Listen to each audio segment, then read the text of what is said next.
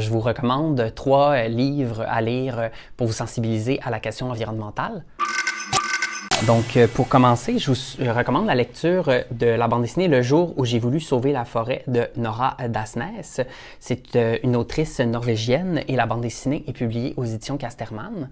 Elle vise un public de 10 à 13 ans.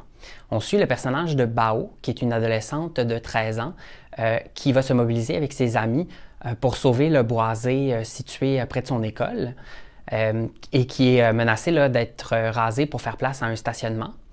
En fait, c'est une bande dessinée, premièrement, qui est... les dessins sont magnifiques, avec des couleurs vives, l'histoire est captivante, et ça nous montre en fait que la question environnementale, ça ne concerne pas seulement quelque chose simplement d'abstrait qui se produit à l'échelle de la planète, mais ça nous concerne aussi dans les lieux qu'on fréquente tous les jours, comme justement une forêt où on va s'amuser entre amis.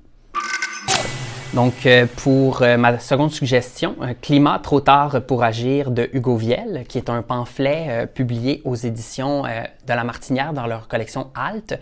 C'est un ouvrage qui est destiné aux 15 ans et plus.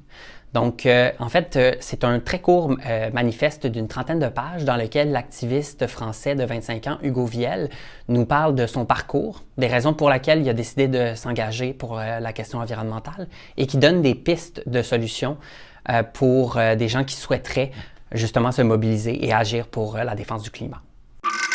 Donc, ma troisième suggestion, c'est le recueil Indices des feux d'Antoine Desjardins, publié aux éditions La Peuplade. Donc, un ouvrage qui s'adresse aux 16 ans et plus.